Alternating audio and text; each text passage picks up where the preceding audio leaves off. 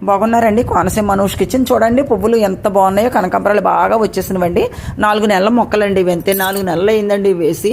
మీకు అరటిపండు తిన్న తుక్కైనా, బొబ్బాస్కాయలు గింజలైనా, తుక్కు, అన్ని రకాల ఉల్లిపాయలు, టీ పొడం, లాస్ట్కి మీరు సోడిజావ కాసుకుంటారు కదా, పిండి వస్తుంది కదా లాస్ట్లో పిండి, అది కడిగేసుకుని అది కూడా ఒక బకెట్లో, వేస్ట్ బకెట్లో అన్నీ మొత్తం కిచెన్లో సంబంధించినవన్నీ వేస్ట్ అయినవి అన్నీ కూడా ఉల్లిపాయ తుక్కు దగ్గర నుండి టీ పొడి అన్ని రకాలుగా వేసేసుకోవచ్చండి. గంజి, కడుగు, మనకి గోధుమ పిండి అట్లు వేసుకుంటాము, అది కడిగేసుకుంటాం. ఆ గిన్నె, ఆ వాటర్ కూడా బకెట్లో వేసుకోవాలన్నమాట.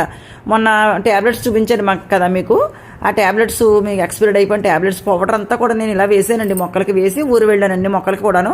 చూడండి ఎన్ని పువ్వులు పూసేసినవి వచ్చేటప్పటికి. చాలామందికి విషయం తెలియదు కదా, ట్యాబ్లెట్స్ మొక్కలకి వేసుకునే వీడియో అందరూ చాలా బాగా చూసారండి. 10 మంది వ్యూస్ వచ్చినాయి దానికి. చాలామంది చూశారు, అంటే నా వీడియో చాలామందికి నచ్చుతుందని భావిస్తున్నాను. చూడండి, ఆ వాటర్ వేయడం వల్ల అన్ని మొక్కలకి ఇలా ఇచ్చేసానండి. అన్ని కూడా పాదులు, పువ్వులు, కాయలు కాస్తున్నాయి.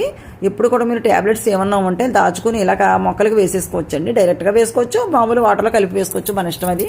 అంటే చిన్నపిల్లలు ఉంటే గబుక్కుని వాటర్ గబుక్కుని ఏమన్నా తాగుతారని భయం తప్ప మీరు ఇలా ట్యాబ్లెట్లు ఇలా జాగ్రత్తగా ఒప్పుడుగా తెచ్చుకుని వేసుకోవచ్చు. పువ్వులు ఎన్ని పువ్వులు పూస్తున్నాయి. కనకాంబరాలు ఎక్కువ బాగా పూయాలంటే ప్రతి కిచెన్లో పౌడర్ అన్నీ కూడా మీరు అన్నీ తీసుకొచ్చి వేయండి తప్పకుండా. ఈ వీడియో మీకు నచ్చినట్లయితే లైక్ చేయండి, షేర్ చేయండి, సబ్స్క్రైబ్ చేయండి.